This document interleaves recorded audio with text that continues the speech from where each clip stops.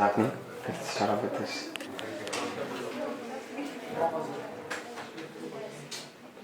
हो गया? ओके, कल का न्यूमेरिकल डिस्कशन कंटिन्यू करेंगे। ठीक, तुम्हारे सामने क्या है? देयर इज अ वेसल और एक ब्लॉक फ्लोट कर रहा है, जस्ट फ्लोट, और उसके ऊपर एक छोटा सा एम मास का एक ऑब्जेक्ट रखा गया है। उसको रखा तो वो पूरा डूब गया। ठीक है, और क्वेश्चन में ये बोला गया है कि अगर मैं इसके ऊपर से उस एम ग्राम मास को हटा देता हूँ, रिमूव कर देता हूँ, तो उसका हाइट मतलब वो पानी के ऊपर 2 सेंटीमीटर निकल के आ जाता है। It rises up by 2 centimetres. तो इस एम का वैल्यू पूछा गया है, क्या होगा? ये जो एम है उस पार्टिकल का मास जिसके कारण वो दबा हुआ था। बात को समझो, क्वेश्चन समझ में है कि अगर हम उस एम मास को रिमूव कर देंगे तो उसका हाइट 2 सेंटीमीटर ऊपर आ जाता है। Is that clear? अच्छा, एम मास होने के कारण वो एक्स्ट्रा 2 सेंटीमीटर नीचे डूबा हुआ क्यों है?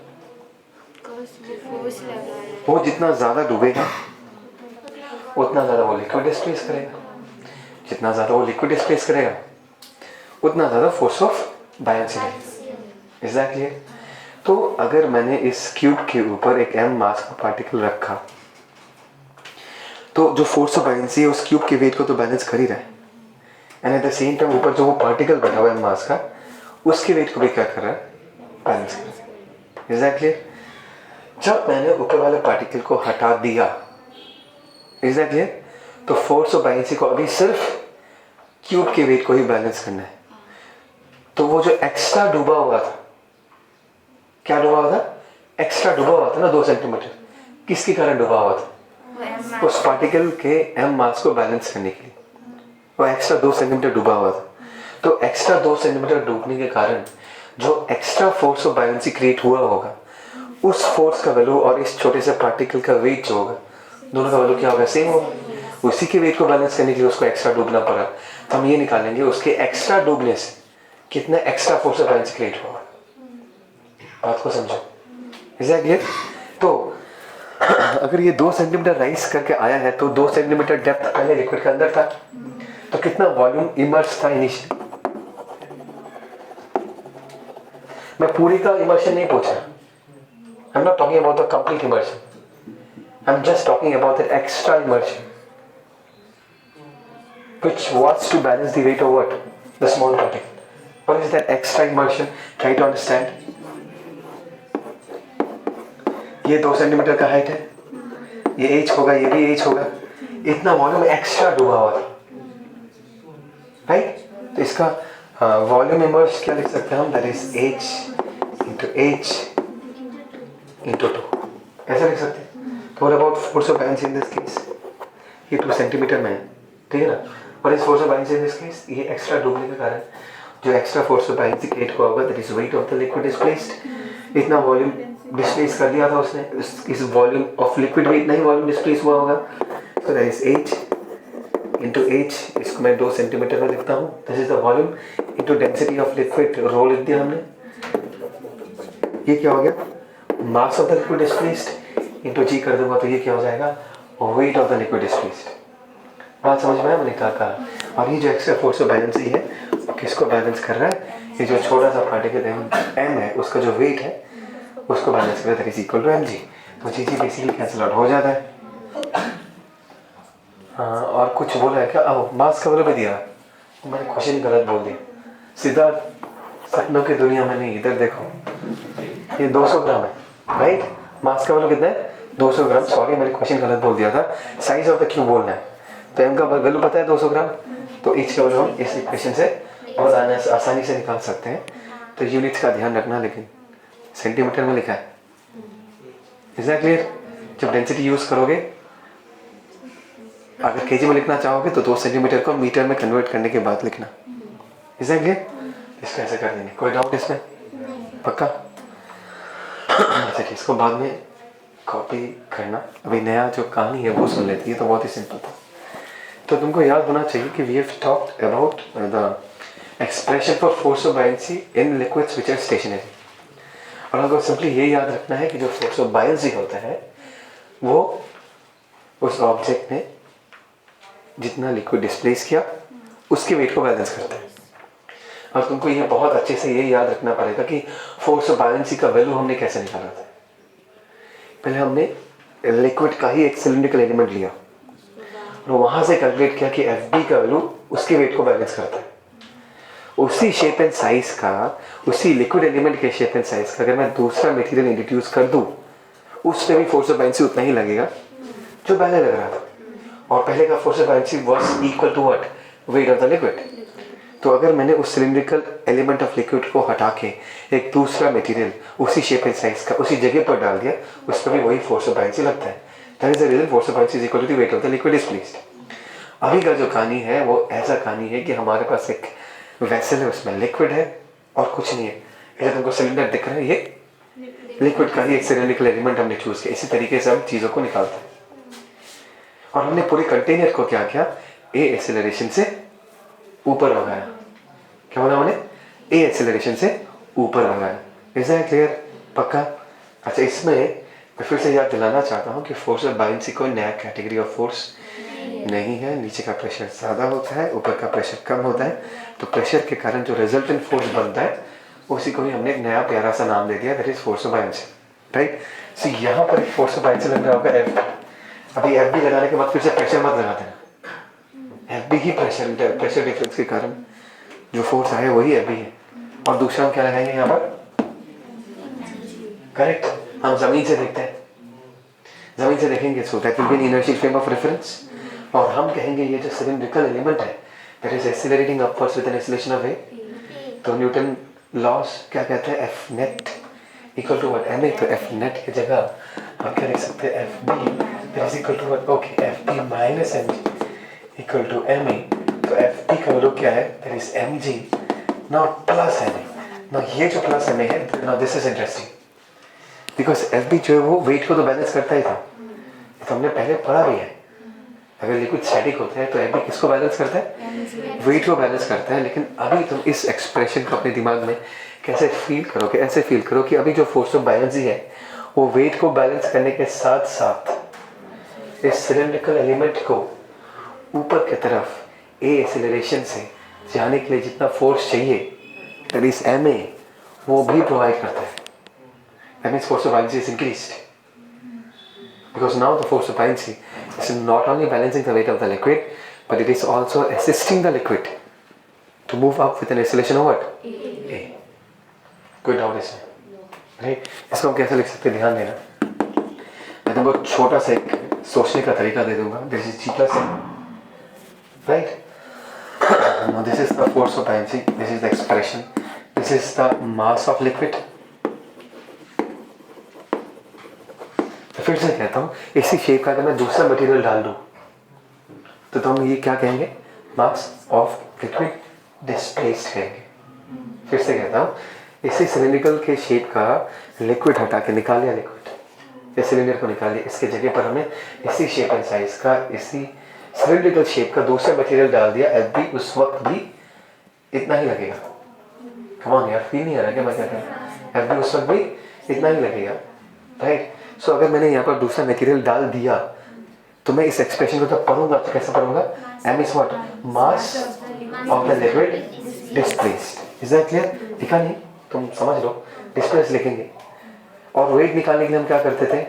मास of the liquid into g कर देते थे। लेकिन इस बार हम जी नहीं करेंगे, हम जी इफेक्टिव करेंगे। जी इफेक्टिव का कंसेप्ट हमने पहले भी तुमको समझा दिया था। तो तुम पहले जो भी कुछ करते थे फोर्स ऑफ बायनेंसी में, कैसे करते थे? फोर्स ऑफ बायनेंसी कैसे निकालते थे? Volume of the liquid multiplied by density of the liquid, mass of the liquid into g कर देते। अभी बस उस जी के जगह तुमको जी इफेक्टिव लिखना पड़ेगा, हो गया। That is the force of buoyancy in accelerated liquid. And g effective क्या होगा वो तो मैंने तुमको सिखाया है। जी इफेक्टिव निकालने के लिए कहाँ बैठना पड़ता है? कंटेनर में बैठना पड़ता है। तो अगर तुम यहाँ पर कंटेनर में बैठ के जी इफेक्टिव लिखना चाहो, ध्यान दो ये भी ए से ऊपर जा रहा है और जो ऑब्जर्वर होता है हमेशा रेस्ट में होता है। तो इसको रेस्ट मारने के लिए हमने ए नीचे लगाएंगे, तो इस फ्लूइड एलिमेंट में भी ए नीचे लगेगा, तो जी प्लस ए हो जाएगा। लेकिन अगर ये कंटेनर नीचे की तरफ एक्सेलरेट करता तो जी माइनस ए होता। बात समझ में आ रहा है मैं क्या कह रहा हूँ? तो उस तरीके से हम जी इफेक्टिव निकालेंगे। कोई डाउट? पक्का? श्योर? तो यहाँ पर जो नया फोर्स ऑफ बायनेंसी होगा F P, that is mass of liquid displaced, और सिर्फ जब यहाँ पर जी नहीं लिखना नेक्स्ट टाइम से, क्या लिखोगे? G effective. So this is a small change that you have to follow while writing the new force of buoyancy in case of an accelerated liquid. Is that clear? Now comes the most interesting part. ध्यान से सुनना. इसको मिटा दो.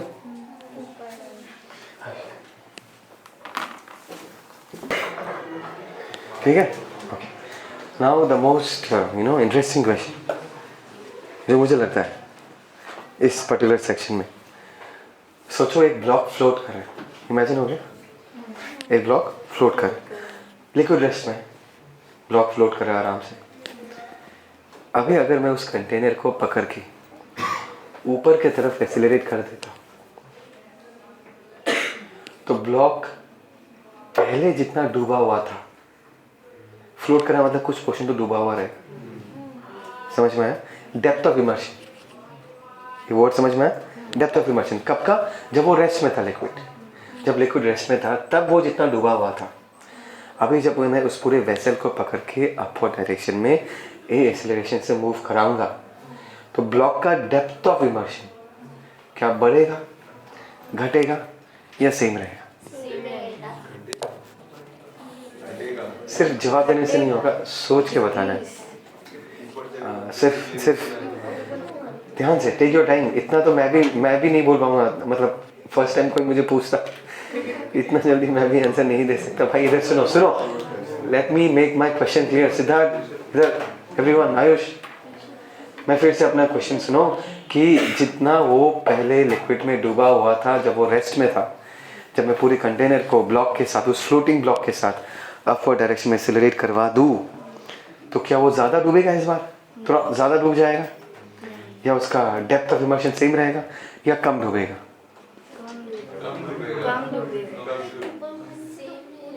कम डूबेगा.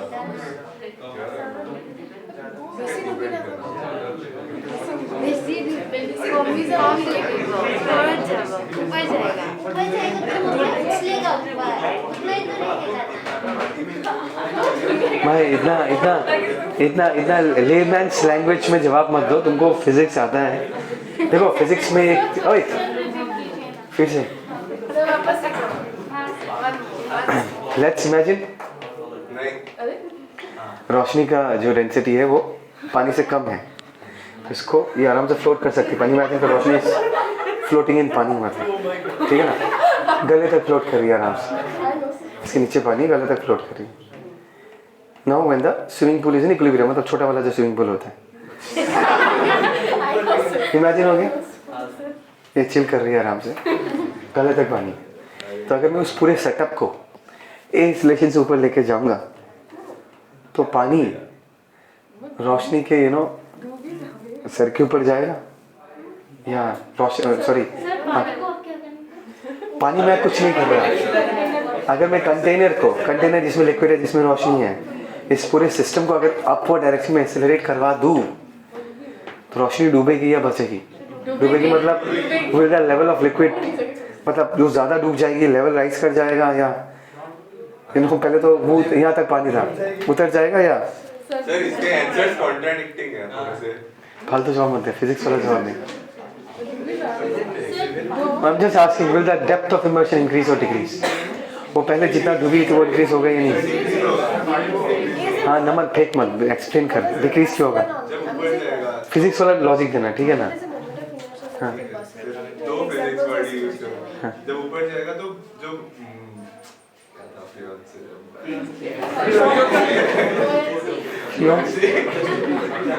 कोई Beyonce, कोई fiancée, buoyancy बोलते उसको भाई. बोलते निकल गया. इतना कहाँ बोलता तू ये सब चीजें? मेरे क्लास में वो डिग्री ऊपर जाने से हमें थोड़ा डिक्रीज हो जाएगा, तो उसके ऊपर सॉरी क्या बायोन्सी जो है ऊपर जाने से डिक्रीज होगा. अच्छे से बोल. ऊपर जाने से इंक्रीज होगा तो उसकी वजह से ब्लॉक थोड़ा सा ऊपर जाएगा. ठीक है, तुम लोगों से मैं इतना भी एक्सपेक्ट नहीं कर रहा. इधर सुनो, मैं एक गलत जवाब एक्सपेक्ट कर रहा था जो तुम लोगों ने दिया नहीं, सिर्फ इसने दिया है। नॉर्मली लोग ये बोलते हैं कि सर अगर उसको ऊपर की तरफ जाना है तो थोड़ा ज़्यादा डूबेगा, बिकॉज अभी उसको ऊपर की तरफ क्या चाहिए, एक्सेलरेशन भी चाहिए। जो फोर्स ऑफ बायनेंसी है पहले वेट को बैलेंस कर रहा था, अभी उस ब्लॉक को अपना वेट भी बैलेंस करना है और ऊपर भी जाना है। तो नॉर्मली लोग ये कहते हैं कि सर थोड़ा डेप्थ ऑफ इमर्शन और थोड़ा इंक्रीज हो जाएगा तो फोर्स ऑफ बायनेंसी भी क्या हो जाएगा, इंक्रीज हो जाएगा। तो उस फोर्स ऑफ बायनेंसी क्या करेगा, वेट को भी बैलेंस कर देगा, उसको एक्सेलरेट भी करा देगा। मैंने ये बोल के गलती कर दिया, नहीं चाहिए, नहीं चाहिए भाई, जो सही चीज़ है वही सुनो, नहीं चाहिए, जो सही है वो सुनो, ठीक है। मैंने ज़्यादा एक्सपेक्ट कर लिया तुम लोगों से। याद है सीधा एकदम सीधा पूछता हूँ। मैंने पूछा कि डेप्थ ऑफ इमर्शन इंक्रीज करेगा या डिक्रीज करेगा, ठीक है, ओके फाइन। अभी ध्यान देना, मैं कुछ नंबर्स लेके बोल रहा हूँ। लेट अस से ये जो वेसल ये रेस्ट में है और ब्लॉक फ्लोट कर रहा है, तो अगर ब्लॉक फ्लोट करता है ना तो ये फील तुम्हारे अंदर आ जाना चाहिए कि ब्लॉक का वेट जितना है और उसने जितना पानी डिस्प्लेस किया है उसका वेट बराबर है। अरे ब्लॉक का वेट अगर 20 kg का है तो फोर्स ऑफ बायनेंसी का वैल्यू भी क्या होगा, 20 kg वाले, तब ना बैलेंस होगा, तब ना वो फ्लोट करेगा। अभी समझ आया नहीं है, फिर से मेरे को कॉन्फिडेंस नहीं मिला। अगर कोई डिस्टर्ब मत कर, अगर कोई ब्लॉक फ्लोट कर रहा है मतलब एफबी ने उसके वेट को बैलेंस किया ना भाई, उसका वेट जो 20 kg के कारण है, तो एफबी जो क्रिएट हुआ होगा, F B equal to the weight of the liquid displaced ना, तो उस लिक्विड का भी वेट कितने का होगा, 20 kg का ही तो होगा, तब ना एक दूसरे को बैलेंस कर रहा है। Do you agree with this? Clear? इसमें कोई डाउट नहीं, ये समझना बहुत ज़रूरी है। ब्लॉक का वेट एंड लिक्विड डिस्प्लेस का वेट सेम है। फॉर एग्जांपल ब्लॉक का वेट 20 kg तो लिक्विड डिस्प्लेस का भी वेट 20 kg, राइट, ओके। अभी मैंने पूरे सिस्टम को ए एक्सेलरेशन से मूव कराया, ब्लॉक को भूल जाओ। ये जो लिक्विड तुमको दिख रहा है ये लिक्विड, ये एक्चुअली डिस्प्लेस हो चुका था जब ये ब्लॉक डूबा हुआ था। अभी ब्लॉक है नहीं, मैंने सिर्फ इस जगह को बना के रखा। ये लिक्विड इसने क्या कर दिया था, डिस्प्लेस कर दिया था। ये लिक्विड का वेट कितना है, फॉर एग्जाम्पल 20 kg है।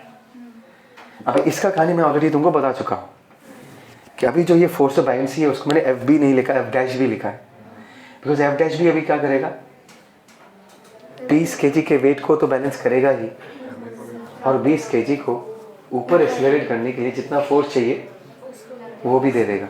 तो जब ये मूव करेगा, ये लिक्विड को एफ डैश भी जो लगेगा इस 20 kg को क्या करेगा, सपोर्ट भी करेगा और ऊपर क्या करेगा, एक्सेलरेट भी कराएगा। अभी जो ये ब्लॉक है ये भी तो 20 kg का ही है, अभी पानी नहीं है, उसकी जगह एक ब्लॉक आ गया, उससे क्या फ़र्क पड़ता है, ये भी 20 kg का था, ये जो लिक्विड दिख रहा है ये भी 20 kg का था, और ये जो ब्लॉक है ये भी क्या है, 20 kg का ही है। इस पर जितना फोर्स ऑफ बायनेंसी लग रहा था इसमें उतना ही फोर्स ऑफ बायनेंसी लगाएगा। तो यहाँ पर फोर्स ऑफ बायनेंसी अगर 20 kg के वेट को बैलेंस करने के साथ साथ उसको एक्सेलरेट भी करा सकता है, तो इस ब्लॉक का भी वेट है, बिकॉज ये 20 kg ही है, तो जो फोर्स ऑफ बायनेंसी होगा इस ब्लॉक के वेट को बैलेंस करने के साथ साथ जो कि 20 kg का है, इसको क्या करा देगा, एक्सेलरेट भी करा देगा। समझ में है? So the depth of immersion is not going to change, because अगर डेप्थ ऑफ इमर्शन बढ़ जाएगा ना तो फोर्स ऑफ बायनेंसी क्या हो जाएगा, बढ़ जाएगा। Are getting the point what I am trying to say? यहाँ पर force of buoyancy accelerated fluid में अपने आप बढ़ जाता है, वो mg + ma हो जाता है, तो वेट को भी बैलेंस करता है और उसको एक्सेलरेशन भी प्रोवाइड करता है। और मैंने क्या समझाया, मैं फ्लोटिंग ऑब्जेक्ट का कहानी बता रहा हूँ, जो ऑब्जेक्ट ऑलरेडी फ्लोट कर रहा है, बात समझ में आया? तो उसका वेट वो 20 kg का है और उसने जो लिक्विड डिस्प्लेस किया वो 20 kg का है, और लिक्विड का कहानी तुमने एक्सेप्ट कर लिया यहाँ पर कि 20 kg का अगर लिक्विड होगा, जो नया फोर्स ऑफ बायनेंसी है वो 20 kg को बैलेंस भी करके एक्सेलरेट कराएगा, तो ब्लॉक भी तो 20 kg का है। अभी जो फोर्स ऑफ बायनेंसी लग रहा है यहाँ पर वो लिक्विड पे नहीं लग रहा, किस पे लग रहा है, ब्लॉक पे लग रहा है, जिसका मास 20 kg है फिर से। तो अगर इस 20 kg को वो बैलेंस करके एक्सेलरेट भी करा सकता है, इस बार जो ये ब्लॉक पे लग रहा है जिसका वेट 20 kg है, तो नया जो फोर्स ऑफ बायनेंसी है इसके वेट को बैलेंस करने के साथ साथ उसको उतना ही एक्सेलरेशन प्रोवाइड कर देगा, तो उसको और एक्स्ट्रा डूबने की जरूरत नहीं है। So the depth of immersion is not going to change. क्या तुमको समझ में आया मैंने क्या कहा? 20 वाला कहानी समझ में आया ना? कोई डाउट? पॉज कर।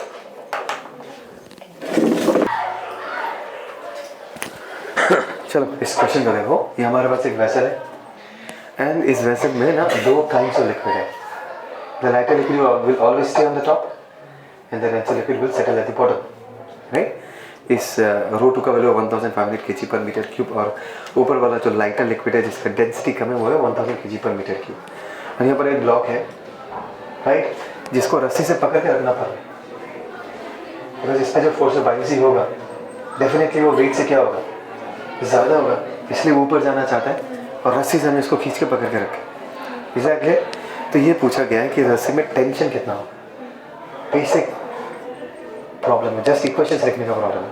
समझ में आया.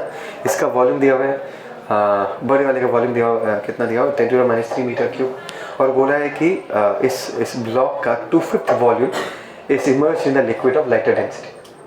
मतलब ये जो तुमको ब्लॉक का ऊपर वाला पोर्शन दिख रहा है जो कि लाइटर वाले लिक्विड में, जो कि लेस डेंस लिक्विड में डूबा हुआ है, वो कितना वॉल्यूम है, पूरे ब्लॉक का 2/5 वॉल्यूम है.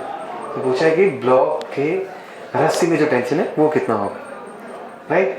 And the entire system is moving up with an acceleration of what, g/2.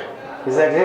सबसे पहले ना एकदम सीधा हम क्या करते हैं, इस ब्लॉक के FBD को एनालाइज करते हैं और ये देखते हैं कि इस पर कैसा फोर्स लग रहा है, right. So let's draw the FBD of the block. ध्यान देना,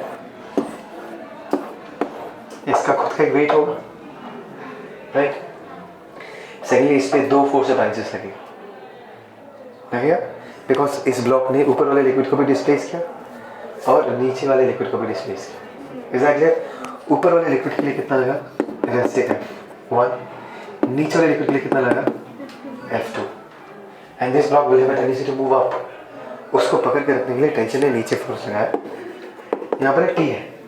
this entire thing is moving with an acceleration of what, g/2. So we can easily write the equation क्या होगा, F1 plus F2 minus W plus T is equal to mg/2 minus W plus T is equal to block का मास m into g/2. Exactly. देखो wait तो हम निकाल लेंगे, इस block का पूरा वॉल्यूम दिया हुआ है, इस ब्लॉक का डेंसिटी दिया हुआ है, वेट हमको पता है. F1 F2 निकालना पड़ेगा. एग्जैक्टली. अभी मैंने जो सिखाया वो हम यूज़ करेंगे. F1 is the force of buoyancy because of the top liquid, right. और force of buoyancy का फॉर्मूला क्या था, weight of the liquid displaced. लेकिन weight में जब G लिखोगे तब क्या लिख दोगे, G plus A लिख दोगे, right. So mass of the liquid into G effective. mass of the liquid displaced कितना होगा, पहले तुम देखो ब्लॉक का कितना वॉल्यूम डूबा हुआ है, उतना ही वॉल्यूम उसने लिक्विड डिस्प्लेस किया हुआ. 2/5 वॉल्यूम डूबा हुआ है, तो लिक्विड कितना डिस्प्लेस हुआ होगा, 2/5 V is the volume of liquid displaced. What is the mass of liquid displaced? ρ1 का मतलब भी दिया है, into हमको क्या लिखना है, G effective. In this case as because it is moving up, G effective नीचे की तरफ आएगा तो G plus g/2 हो जाएगा. G effective में G तो होता है प्लस A होता है और A की जगह हम क्या लिख देंगे, g/2. Is that clear? आपका ρ1 का वैल्यू पता है, V का वैल्यू पता है, ओके. F1 F2 क्या होगा, ये अगर 2/5 हुआ तो ये जो रिमेनिंग पोर्शन है ये 3/5 का भी टोटल वॉल्यूम होगा. इतना वॉल्यूम ऑफ डेंसर लिक्विड इसने डिस्प्लेस किया होगा. Is that clear? सो यहाँ पर क्या आ जाएगा, this is 3/5 times of what, V. This is the volume of the denser. ऊपर का लेयर है. हां वो 2/5 का वॉल्यूम जो है ना, वो ऊपर के लेयर है. हां नीचे का वाला दूसरा है. मतलब ये वाला वॉल्यूम है 2/5, नीचे वाला कितना होगा, 3/5, ठीक है ना. सो 3/5 इसका डेंसिटी कितना है, ρ2 और G इफेक्टिव की जगह हम क्या लिख देंगे, हो गया. और कुछ नहीं है, इसे मतलब से सॉल्व करना है. वेट हमको पता है, F1 F2 पता है, मास हम निकाल सकते हैं, तो सिर्फ टेंशन निकाल, इसमें सिर्फ पुट करना है, प्रॉब्लम सॉल्व करना है. एग्जैक्टली. तुमको सिर्फ ये वाला पॉइंट ध्यान रखना है कि G इफेक्टिव की जगह, मतलब G की जगह तुमको क्या लिखना पड़ेगा, G इफेक्टिव लिखना पड़ेगा, वो बहुत ज़रूरी है. कोई डाउट? पक्का आयुष? हाँ, G/2